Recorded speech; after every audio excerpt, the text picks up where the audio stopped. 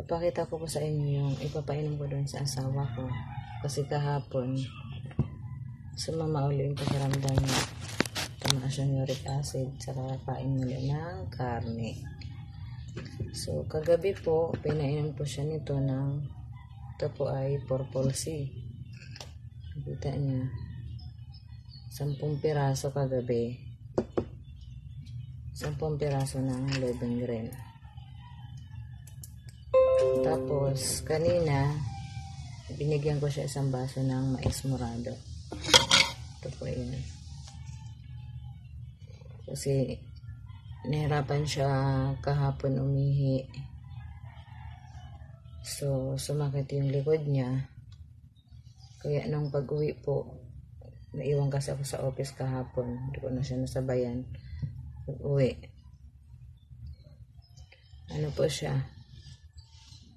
Hirap lumakad. Yung likod niya po, medyo nangangalay na naman.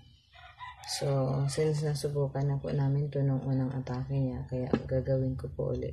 Ito ulit ang kanyang iinumin. At 2 pirasong gluta. Ito po yung living green, 10 piraso. Ang living green.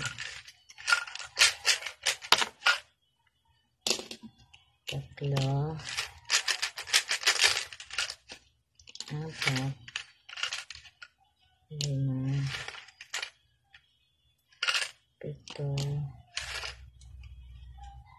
7, 10.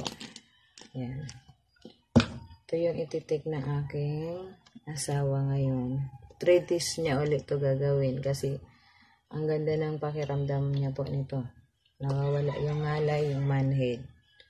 Pag nag-inom po siya nito, kaya pagdating kagabi, ito kaagad yung naisip niya. So, pinapatunayan lang po namin na yung products po na ito, safe po siya. At nakakatulong po talaga siya sa kalusugan. After 3 days po, makikita niyo po yung yung itsura niya. Kukunin ko lang yung gluta at saka yung tubig. Ipo-prepare ko na kasi namamalingki ako. So, yan. Isang basong tubig. Patakan natin ng alkaline.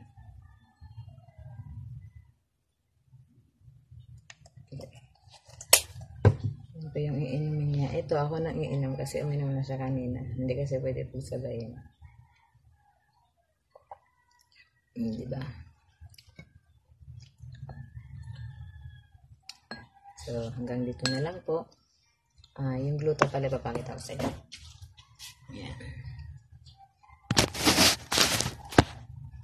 Ito ang piraso po. Ito yung iinumin niya.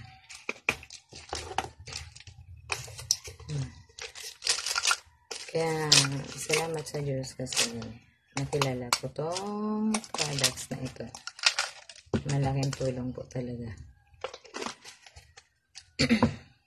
Yan, kung mayroon po kayong mga nararamdaman o gustong malaman kung paano ba ito, ganito, products.